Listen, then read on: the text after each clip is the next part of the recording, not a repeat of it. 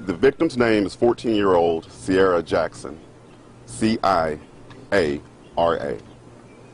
The suspects have been charged with capital murder and transported to Metro Jail.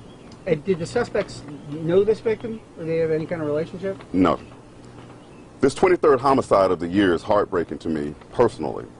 Sierra's 14. She died on the street named after Michael Donald, who was the last known lynching by the Ku Klux Klan in 1980. 40 years later, more innocent blood is shed on that street that's supposed to memorialize the death, sacrificed.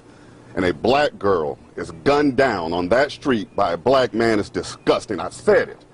There's a subculture of gun violence in the city of Mobile with young black men. It's high damn time we did something about it. I said it. So no one has to be called a racist anymore. Our homicides, 19, 19, 18, 17, 16, 14, 11, and 4 years old were all black children. When are we as a city going to wake up and say, let's address this issue? I've said it. Now it's out in the open, right? Whatever happens to me, fine. If you guys slay me in the media, fine. But don't forget these innocent black lives that have been lost. An 11-year-old yesterday, a 14-year-old last night. When is enough enough? What do you think could be done to address? Let's say the truth first, Andrea. Let's say that there is an issue first. Let's everyone say it out loud. That's where we begin. Because if we first say there's a problem, then we can find a solution. Let's start there.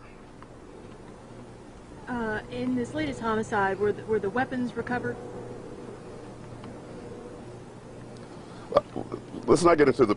We're not going to discuss whether the weapons were recovered now. It's still an ongoing investigation. Well, we'll release more information as it's available. Can you tell us if a Glock switch was used? But as it stands now, a 14-year-old girl was killed by a gun held in the hand of a black man.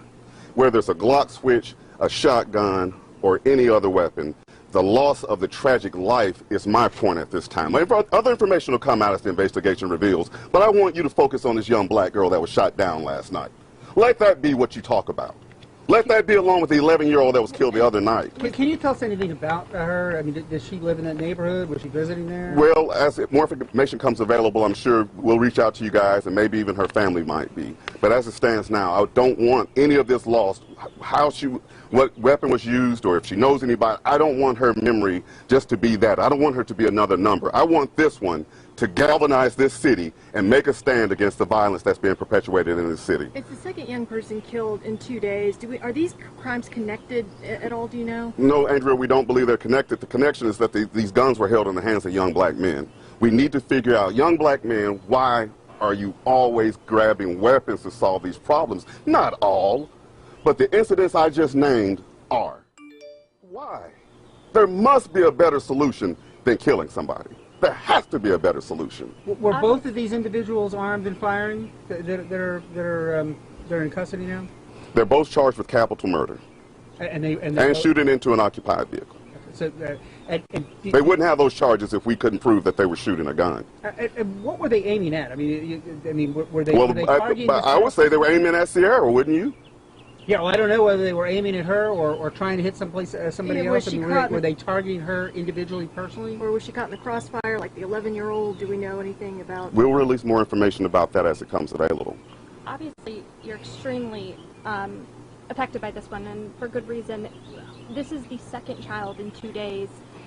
Like you said, when is enough enough? Nicolette, it breaks our heart. There are men and women over off camera that have shed tears, that are heartbroken just like I am, that are saying that we're saying, when is enough enough?